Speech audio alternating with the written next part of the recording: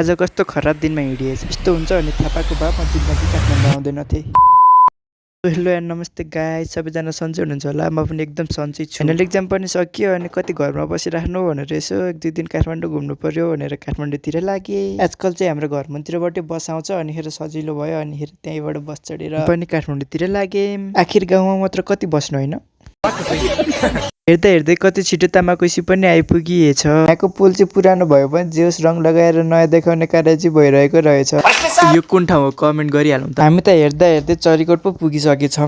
अनि चरीकोटबाट काठमाडौँको गाडी चढेर काठमाडौँतिर लागेँ। फेरि चरीकोट अलिकति पर पुगेपछि गाडी बिग्रेर हैरा। फेरि अर्को गाडी रोकेर बल्ल बल्ल सिट पाएर अर्को गाडीमा चढेर काठमाडौँतिर लागेँ। काठमाडौँ जाँदा पनि यस्तो बिजोग होला भनेर मैले आजसम्म पनि सोचेको थिइनँ। त्यो खरीढुङ्गा र मुटेको चिसो हावा खाँदै यात्रा गर्दा त ओखो लास्टै मजा आउँदो रहेछ। होइन गाडी चढ्दा पनि मलाई त कस्तो निन्द्रा पो लागेको। फेरि बल्ल बल्ल लास्टको सिट पाएको थिएँ। आम्मामा उफारेर मेरो त पुरै ज्यान दुखिसकेको थियो। अब त सधैँ टिकट काटेर काठमाडौँ आउँछु।